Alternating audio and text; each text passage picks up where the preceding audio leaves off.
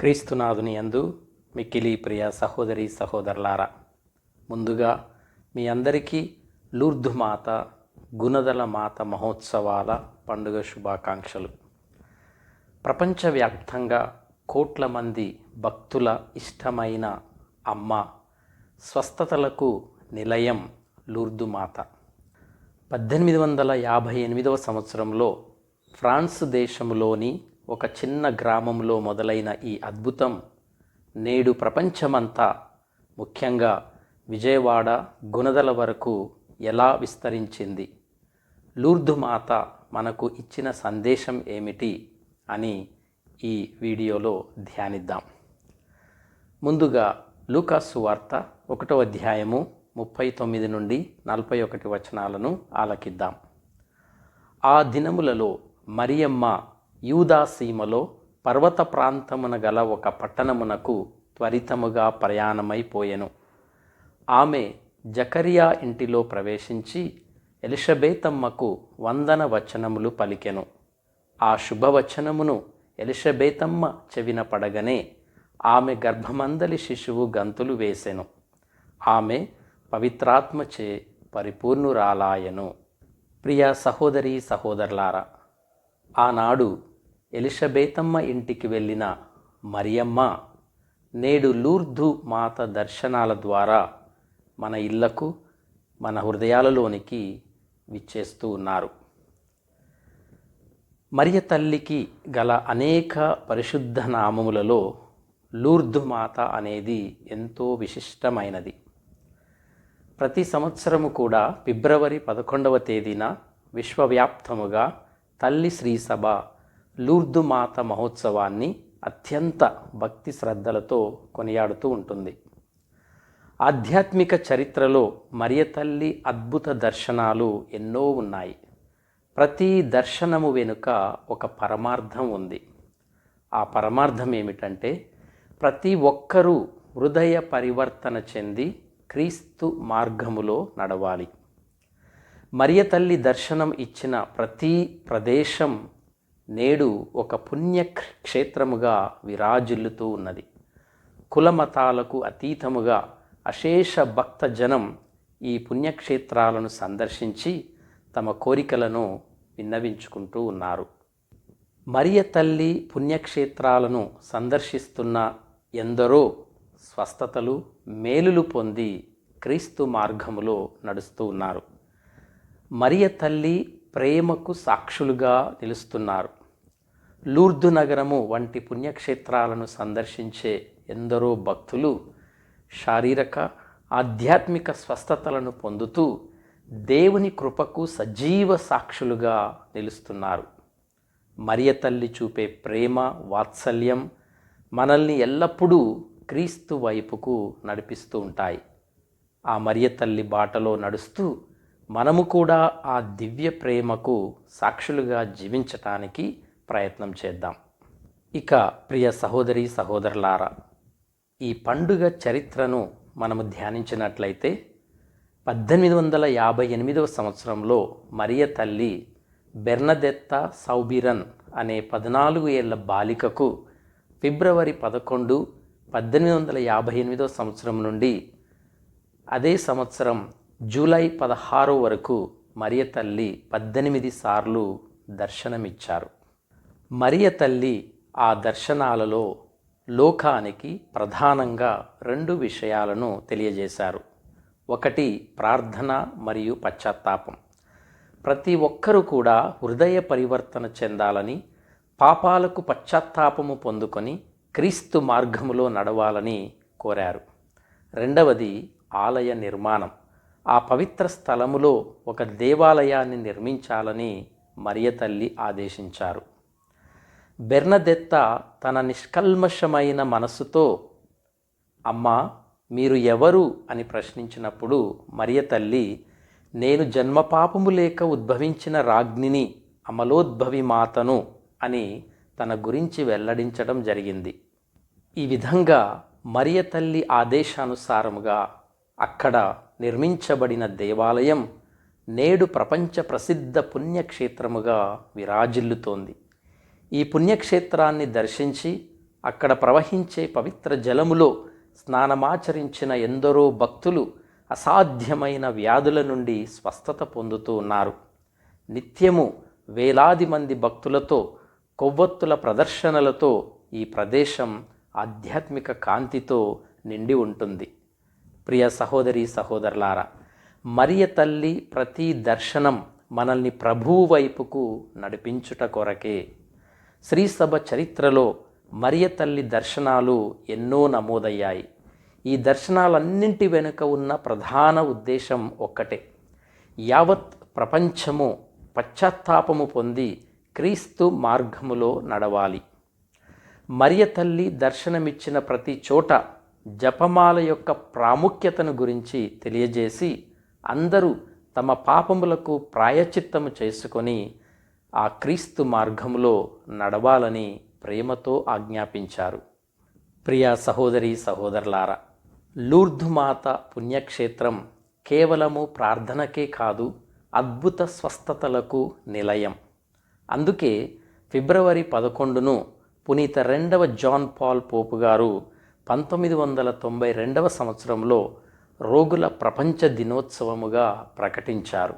అందుకే నేడు మన మధ్య ఉన్న రోగుల కొరకు, వారిని ఆదరిస్తున్న నర్సులు మరియు వైద్యుల కొరకు ప్రత్యేకంగా ప్రార్థన చేయాలి. శారీరక రోగాలే కాకుండా మనసులోని అసూయ, ద్వేషము, పగ, స్వార్థము వంటి ఆధ్యాత్మిక రోగాల నుండి కూడా స్వస్థతను ప్రసాదించుమని ఆ మరియ తల్లిని మనము ప్రత్యేకంగా వేడుకుందాం. అలాగే లూర్దు నగర దర్శనాలలో మరియ తల్లి బెర్నదెత్తతో నేలను తవ్వమని చెప్పినప్పుడు అక్కడ ఒక నీటి ఊట ఉద్భవించటం జరిగింది. మరియమ్మ బెర్నదెత్తతో నీటి ఊట వద్దకు వెళ్ళి స్నానము చేసి ఆ నీరు త్రాగు అని చెప్పారు. ఆ నీరు నేడు లక్షలాది మందికి స్వస్థతనిస్తోంది. ఈ నీరు మన జ్ఞానస్నానపు నీటికి గుర్తుగా ఉంది. మన పాపాలను కడిగివేసి మనల్ని నూతన వ్యక్తులుగా మార్చే దేవుని కృపకు ఇది ఒక గొప్ప నిదర్శనముగా కొనసాగుతూ ఉంది. అలాగే ప్రియ సహోదరి సహోదరులారా, లూర్దు నగర పుణ్యక్షేత్రంలో కొవ్వొత్తుల ప్రదర్శన చాలా ప్రత్యేకం. అచ్చట భక్తులు చేతిలో వెలుగుతున్న కొవ్వొత్తులతో ప్రార్థిస్తారు. ఇది మన విశ్వాసానికి గుర్తు. మీరు లోకానికి వెలుగు అని క్రీస్తు చెప్పిన మాటను మనము గుర్తు చేసుకోవాలి. మనము వెలిగించే కొవ్వొత్తి మనలోని స్వార్థమనే చీకటిని తొలగించి ఇతరులకు వెలుగునిచ్చేలా ఉండాలి. దేవుడు మానవాళిని రక్షించాలని సంకల్పించినప్పుడే క్రీస్తుతో పాటు మరియ తల్లిని కూడా ఎన్నుకున్నారు. ఏవమ్మ తన అవిధేయత ద్వారా పోగొట్టుకున్న దానిని మరియమ్మ తన విశ్వాసము, విధేయత ద్వారా సంపాదించారు. ఏవమ్మ తన అవిధేయత ద్వారా ఈ లోకానికి పాపాన్ని పరిచయం చేస్తే మరియమ్మ ఆ పాపాన్ని రూపుమాపి మనల్ని పవిత్రులను చేసి సన్మార్గములో నడిపే ప్రభువుకు జన్మనిచ్చి ఈ లోకానికి ఒక గొప్ప త్యాగము చేశారు. ఈ రోజుల్లో మనము ఆ త్యాగాన్ని గ్రహించక మరల పాపాన్ని చేసి ప్రభు హృదయాన్ని గాయపరుస్తూ ఉన్నాం. ప్రియ సహోదరి సహోదరులారా, పాత నిబంధనలో లోకమంతా పాపముతో నిండిపోయినప్పుడు దేవుడు జలప్రళయాన్ని పంపారు. ఆ సమయంలో దేవుని మాట విన్న నోవాహు ఒక ఓడను నిర్మించాడు. ఆ ఓడలో ప్రవేశించిన వారు మాత్రమే మరణము నుండి తప్పించుకొని నూతన జీవితంలోనికి అడుగుపెట్టారు. ఆ ఓడ దేవుని రక్షణకు మరియు కృపకు గుర్తుగా ఉన్నది. సముద్రములో తుఫాను వచ్చినప్పుడు చిన్న చిన్న పడవలు అన్నీ కూడా మునిగిపోవచ్చు, కానీ బలమైన నౌక ప్రయాణికులను కాపాడుతుంది. మన జీవిత నౌకాయానంలో పాపపు తుఫానులు ఎదురైనప్పుడు మరియ తల్లి అనే ఆధ్యాత్మిక నౌకలోనికి మనము ప్రవేశించాలి. ఆమె మనల్ని తన ప్రార్థన అనే అండతో క్రీస్తు వద్దకు మనలను సురక్షితముగా చేరుస్తుంది. మరియ తల్లి ఒక ఆధ్యాత్మిక నౌక వలె మనల్ని పాపపు ప్రళయము నుండి రక్షించి సురక్షితముగా ప్రభు చెంతకు చేర్చాలని తపిస్తూ ఉంటారు. నేటి కాలంలో మన చుట్టూ పాపము అనే ప్రళయము ముంచెత్తుతోంది. లోభం, అసూయ, ద్వేషం వంటి అలజడుల మధ్య మనము కొట్టుమిట్టాడుతున్నప్పుడు మరియ తల్లి ఒక ఆధ్యాత్మిక నౌక వలె మనకు కనిపిస్తూ ఉంటారు. ఓడ ఎలాగైతే అలల నుండి రక్షిస్తుందో, మరియమ్మ ప్రార్థన మనల్ని లోకపు శోధనల నుండి రక్షిస్తుంది. ఓడ యొక్క లక్ష్యం ప్రయాణికులను సురక్షితముగా ఒడ్డునకు చేర్చటం. అలాగే మరియమ్మ అనే నౌక మనల్ని యేసు ప్రభువు అనే తీరానికి చేర్చుతూ ఉంటుంది. ఈ విధంగా ప్రియ సహోదరి సహోదరులారా, మరియ తల్లి ప్రజలందరినీ ప్రభువు వైపు తిప్పటం కోసం, ప్రతి ఒక్కరూ హృదయ పరివర్తన చెంది జీవించటం కోసం దర్శనమిచ్చింది. జపమాల అనే భక్తి సాధనము ద్వారా ప్రతి ఒక్కరూ ప్రభువును చేరుకోవాలని ఆ తల్లి తన యొక్క దర్శనాలలో కోరారు. ఎవ్వరూ నశించిపోకూడదు, ప్రతి ఒక్కరూ క్రీస్తును చేరుకోవాలి, హృదయ శుద్ధి కలిగి జీవించాలి అనేది మరియ తల్లి దర్శనాల యొక్క పరమార్థం. అందుకే మరియ తల్లి వివిధ ప్రాంతాలలో దర్శనమిచ్చి ప్రార్థించండి, పశ్చాత్తాపం చెందండి అని పదే పదే ఆజ్ఞాపించారు. మరియ తల్లి త్యాగాన్ని, ప్రేమను గ్రహించకుండా మనం మరల పాపం చేస్తూ ప్రభు హృదయాన్ని గాయపరుస్తున్నామా అని ఆత్మపరిశీలన చేసుకుందాం. హృదయ పరివర్తన చెంది ఆ తల్లి చూపిన బాటలో నడవడమే మనం ఆమెకు ఇచ్చే నిజమైనటువంటి గౌరవం. ప్రియ సహోదరి సహోదరులారా, యోహాను సువార్త 14వ అధ్యాయము 6వ వచనంలో ప్రభు ఇలా పలుకుతూ ఉన్నారు, నేనే మార్గము, సత్యము, జీవము, నా మూలమున తప్ప ఎవడునూ తండ్రి యొద్దకు రాలేడు. కనుక మనము తండ్రి దేవుడిని చేరుకోవాలంటే మొదటగా పుత్రుడైన యేసు ప్రభువును చేరుకోవాలి. ప్రభు ద్వారా తప్ప మనము ఏ మార్గములోనూ తండ్రిని చేరుకోలేము. అదేవిధంగా మనము ప్రభువును చేరుకోవాలంటే ఖచ్చితంగా మరియ తల్లి సహాయం మనకు ఎంతో అవసరం. క్రీస్తు ఏ విధముగానైతే మన కొరకు తండ్రి దేవుణ్ణి మనవి చేస్తారో, అదే విధముగా మరియ తల్లి కూడా మన కొరకు క్రీస్తుకు మనవి చేస్తారు. మరియ తల్లి ద్వారా క్రీస్తుని, క్రీస్తు ద్వారా తండ్రి అయిన దేవుని చేరుకోవటం అనేది ఒక సురక్షితమైన, పరిపూర్ణమైన ఆధ్యాత్మిక మార్గం అని మనందరము కూడా గ్రహించాలి. మరియ తల్లి సహాయముతో మనము క్రీస్తు బాటలో నడిచినప్పుడు తండ్రి దేవుని కృపను మనము ఖచ్చితంగా పొందుకుంటాం. ప్రియ సహోదరి సహోదరులారా, మరియ తల్లి జీవితం కేవలం ప్రార్థనకే పరిమితం కాలేదు. ఆమె ప్రతి అడుగు మానవాళి సంక్షేమము కోసమే పడింది. మరియమ్మ అడుగుపెట్టిన చోట ఆశీర్వాదం ఉంటుంది. దీనికి నిదర్శనముగా మరియ తల్లి తాను గర్భవతిగా ఉన్నప్పటికీ తన బంధువైన ఎలిజబెతమ్మను సందర్శించారు. అక్కడ మరియ తల్లి చేసిన పరిచర్యల వల్ల ఎలిజబెతమ్మ గర్భంలోని శిశువైన బప్తిస్త యోహాను పవిత్రాత్మతో నింపబడ్డారు. ఇది ఆమె సేవా నిరతికి ప్రతీక. లూకాసు సువార్త 1వ అధ్యాయము 41వ వచనం. కనుక ప్రియ సహోదరి సహోదరులారా, మరియమ్మ వలె మనము కూడా ఇతరులకు సహాయము చేయటానికి ఎల్లప్పుడూ ముందుండాలి. అదేవిధంగా కానాపల్లె వివాహములో ద్రాక్షారసము అయిపోయి పెళ్లివారు ఇబ్బంది పడుతున్నప్పుడు ఎవరూ అడగకముందే, ఎవరూ గుర్తించకముందే మరియ తల్లి వారి అవసరాన్ని గుర్తించారు. తన కుమారుడైన యేసు వద్ద మధ్యవర్తిత్వం వహించి వారి అవమానాన్ని తొలగించి వారి జీవితాలలో, కుటుంబములో సంతోషాన్ని నింపారు. యోహాను సువార్త 2వ అధ్యాయము 3వ వచనం. మన జీవితాల్లో కూడా మనము అడగకముందే మన కష్టాలను గుర్తించి యేసు ప్రభువుకు విన్నవించే మధ్యవర్తి మరియ తల్లి. ఆయన చెప్పినట్లు చేయుడు అని సేవకులకు చెప్పటం ద్వారా ఆమె ఎప్పుడూ తన వైపు కాకుండా యేసు వైపు మనల్ని నడిపిస్తుందని స్పష్టమవుతూ ఉంది. మన జీవితంలో ఆనందం హరించుకుపోయినప్పుడు తల్లి మరియ మధ్యవర్తిత్వం ద్వారా అద్భుతాలు జరుగుతాయి అని తెలుసుకుందాం, గ్రహించుదాం, విశ్వసించుదాం. అలాగే ప్రియ సహోదరి సహోదరులారా, యేసుక్రీస్తు ప్రభువు మరణ ఘడియల్లో శిష్యులందరూ భయముతో పారిపోయినప్పుడు మరియ తల్లి మాత్రం సిలువ చెంత ధైర్యంగా నిలబడ్డారు. యోహాను సువార్త 19వ అధ్యాయము 2వ వచనం. యేసు ప్రభువు సిలువపై నుండి తన ప్రియ శిష్యుడైన యోహానును చూపిస్తూ, ఇదిగో నీ తల్లి అని మరియమ్మతో, అమ్మా ఇదిగో నీ కుమారుడు అని చెప్పారు.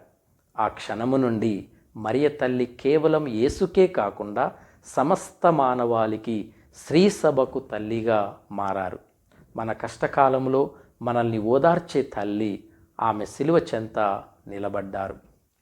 యేసు పునరుత్థానము తర్వాత భయముతో చెల్లాచెదరైన శిష్యులను ఒక చోట చేర్చి వారికి ధైర్యాన్ని నూరిపోస్తూ వారు వాగ్దానము చేయబడిన పవిత్రాత్మను పొందుకునేలా వారితో కలిసి ఆ మరియ తల్లి ప్రార్థనలో గడిపారు. అపోస్తుల కార్యములు 1వ అధ్యాయము 14వ వచనం. కనుక ప్రియ సహోదరి సహోదరులారా, మరియ తల్లి కేవలము క్రీస్తును ఈ లోకానికి అందించటమే కాదు, ఆయన మరణము తరువాత భయపడిపోయిన శిష్యులను ఒక తల్లిలా అక్కున చేర్చుకున్నారు. సిలువ చెంత ఆమె చూపిన మౌన ధైర్యం, మేడగదిలో ఆమె చేసిన ప్రార్థన నేటికి మన విశ్వాసానికి పునాదులు. మన జీవితాల్లో చీకటి కమ్మినప్పుడు ఆ తల్లి ప్రార్థనే మనకు వెలుగునిస్తుంది. ఈ విధంగా పాపపు ఊబిలో కొట్టుమిట్టాడుతున్న ఈ లోకములో వివిధ ప్రాంతాలలో మరియ తల్లి దర్శనమిచ్చి పశ్చాత్తాపం నిమిత్తం ప్రతి ఒక్కరూ ప్రార్థన చేయాలని కోరుతూ ఉన్నారు. ఈ దర్శనాన్ని కూడా ఈ లోకం మీద, మన మీద ఆమెకు గల ప్రేమకు నిదర్శనముగా ఉంది. మరియ తల్లి చూపిన ఈ ప్రేమ త్యాగం మనకు స్ఫూర్తిదాయకం.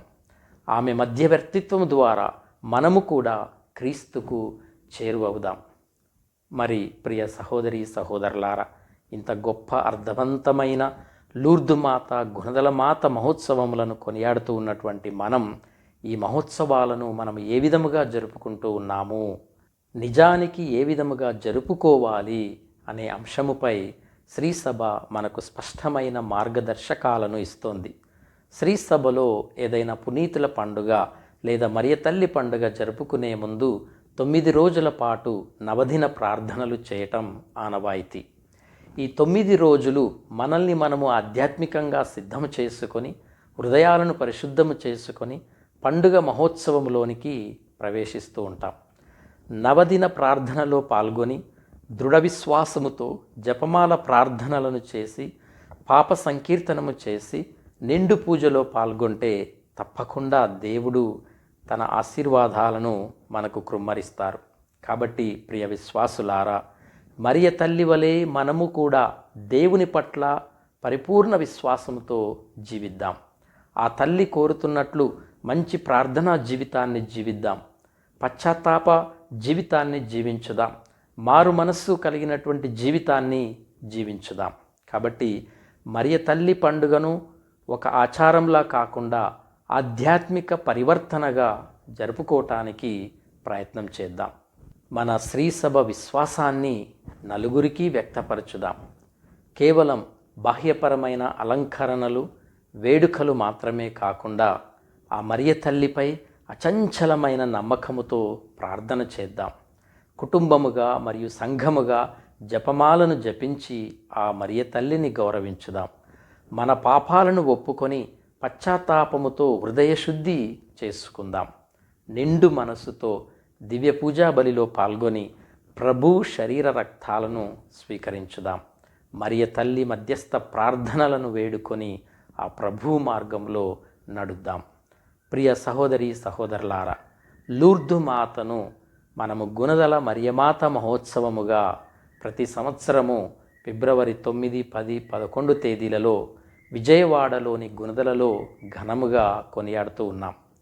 తెలుగు రాష్ట్రాలలో లూర్దు మాత భక్తిని చాటి చెప్పే అతిపెద్ద పుణ్యక్షేత్రం ఈ గుణదల మాత, లూర్దు మాత పుణ్యక్షేత్రం. విజయవాడలోని గుణదల కొండపై వెలసిన మరియమాత దక్షిణ భారతదేశంలోనే ప్రసిద్ధిగాంచిన మరియ తల్లి పుణ్యక్షేత్రం.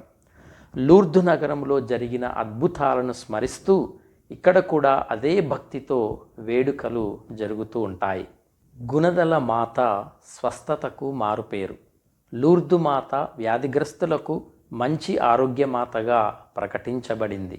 ఎంతోమంది భక్తులు తమ అనారోగ్యాల నుండి విముక్తి పొందడానికి కొండపై ఉన్న మరియతల్లి గుహ వరకు మోకాళ్ళపై నడుస్తూ వెళ్ళి మొక్కుబడులు తీర్చుకుంటూ ఉంటారు. ఫ్రాన్స్ దేశంలోని లూర్దు నగరంలో మరియమాత మధ్యస్థ ప్రార్థనల ద్వారా అనేక స్వస్థతలు జరగటం దీనికి ముఖ్య కారణం. పేరుకు తగ్గట్టుగానే గుణదల లూర్దుమాత స్వస్థతకు మరో పేరుగా ప్రసిద్ధి చెందింది. గుణదల పండుగ కేవలం క్రైస్తవులకే పరిమితం కాదు. కులమతాలకు అతీతంగా లక్షలాది మంది భక్తులు విచ్చేసి తల్లికి కొవ్వొత్తులు వెలిగించి తలనీలాలు సమర్పించి తమ భక్తిని చాటుకుంటూ ఉంటారు. ఇది ఒక గొప్ప సామరస్య వేదిక అని మనం చెప్పుకోవచ్చు. పండుగ ముగింపు రోజైన ఫిబ్రవరి 11న ప్రపంచవ్యాప్తంగా రోగుల కోసం ప్రత్యేక ప్రార్థనలు జరపబడతాయి. గుణదలలో కూడా ఆ రోజు వేలాది మంది వ్యాధిగ్రస్తుల కొరకు ప్రత్యేక పూజలు నిర్వహించి వారిని ఆశీర్వదిస్తారు. విశ్వాసముతో కొండ ఎక్కిన వారికి గుణదల తల్లి అండగా నిలుస్తుంది. ఆమె దయగల హృదయం ఎవరినీ ఖాళీ చేతులతో పంపదు. లూర్దు నగరంలో ప్రవహించే ఆధ్యాత్మిక జలం ఇక్కడ భక్తుల కన్నీటి ప్రార్థనల రూపంలో స్వస్థతను ఇస్తుంది. ఈ 3 రోజుల మహోత్సవాల్లో మనము కూడా పశ్చాత్తాపముతో పాల్గొని ఆ తల్లి దీవెనలను పొందుకుందాం. నిజమైన దృఢమైన విశ్వాసంతో ప్రార్థించే వారిని గుణదల మరియమాత ఎప్పటికీ విడిచిపెట్టదు. ఆమె దయగల హృదయాన్ని గ్రహించిన భక్తులు, విశ్వాసులు ఏడాది పొడవునా ఆ పుణ్యక్షేత్రాన్ని సందర్శించి మరియమాత ఆశీర్వాదాలను పొందుతూ ఉంటారు. అయితే తల్లి కోరుకునేది కేవలం కొవ్వొత్తులు, కానుకలు మాత్రమే కాదు. మన హృదయ పరివర్తన, మన కుటుంబ ప్రార్థన, పొరుగువారిపై ప్రేమ ఉన్నప్పుడే ప్రతి ఇల్లు ఒక లూర్దు మాత, గుణదల మాత పుణ్యక్షేత్రంగా మారుతుంది. ప్రియ సహోదరి సహోదరులారా, ఆ లూర్దు మాత, గుణదల మాత దీవెనలు మీ అందరికీ కలుగునుగాక. మీ అందరికీ మరొకసారి లూర్దు మాత, గుణదల మాత పండుగ శుభాకాంక్షలు. దేవుడు మిమ్మలను దీవించునుగాక. ఆమెన్.